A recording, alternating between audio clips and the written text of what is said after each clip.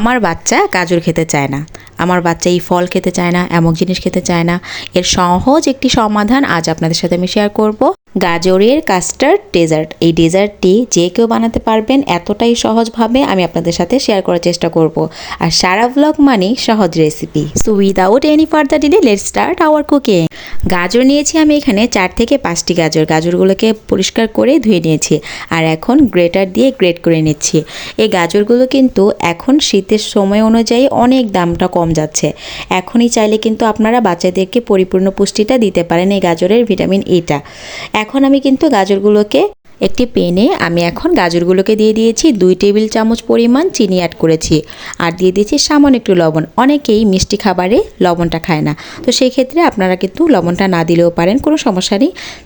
আমি এখানে সামান্য একটু দিয়েছি আর এখন দুধ দিয়ে দিয়েছি আমি এখানে 1 কাপ পরিমাণ। তারপর এখন কিন্তু সবগুলো উপকরণ আস্তে আস্তে জালটা লো হিটে রেখে কমিয়ে নিয়েছি, যাতে করে চিনিটা গলে আর পানিটা বের হয়ে যাবে এখান থেকে। আর এই পানিটার মাধ্যমে কিন্তু গাজরটা সেদ্ধ হয়ে যাবে। চিনি থেকে যতটুকু পানি আসবে আর গাজর থেকে তো একটু পানি বের হবেই, সেখান থেকে কিন্তু আমার গাজরটা একদম সেদ্ধ হয়ে যাবে। আমি কিছুক্ষণ ঢেকে রেখেছিলাম, তো গাজরটার পানিটাও শুকিয়ে গিয়েছে আর একদম ঝরঝরে হয়ে গিয়েছে। এটা কিন্তু একদমই ঝরঝরে করে ফেলতে হবে, কারণ যেহেতু ডেজার্ট এটা কিন্তু একদম একদম ভিজা ভিজা হবে না, একদম ঝরঝরে টাইপের হয়ে যাবে। আর এখন আমি এখানে দুধ দিয়ে বসিয়ে দিয়েছি অন্য একটি পাতিলে। এই দুধটাকে কিন্তু আমি সামান্য একটু চিনি দিয়েছি, যেহেতু আমি গাজরে এখানে 2 টেবিল চামচ চিনি আমি আগে অ্যাড করে দিয়েছি। তো এখন এখানে আমি 1 টেবিল চামচ পরিমাণ চিনি অ্যাড করেছি। আর যখন বলক চলে আসবে তখন আমি কাস্টার্ড পাউডার ইউজ করেছি এখানে 1 টেবিল চামচ পরিমাণ। দেওয়ার পরই 2-3টা বলক আসলেই দেখবেন আস্তে আস্তে দুধটা যখন ঘন হয়ে যাবে, ঘনত্বটা যখন আপনি দেখেই বুঝে যাবেন, আর ঠান্ডা হওয়ার পর আরেকটু ঘনত্ব হয়ে যাবে, তাই আমি এখনই জালটা অফ করে দিলাম।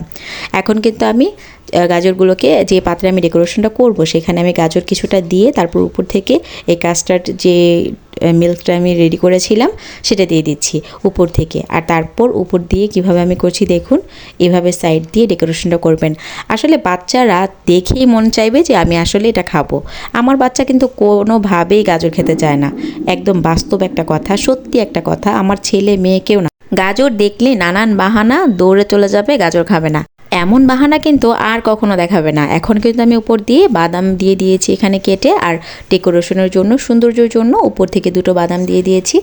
আর এখন দেখতেই পাচ্ছেন ঘনত্বটা, আর যখন ঠান্ডা হয়ে যাবে রেখে দিবেন, যদি 2-3 ঘন্টার মতো রেখে দিতে পারেন, দেখবেন এটা এতটাই সফট হয়ে যাবে আর একদম জমাট বেঁধে যাবে কাস্টার্ড। এই ডেজার্টটা এতটাই মজার, কি আর বলবো।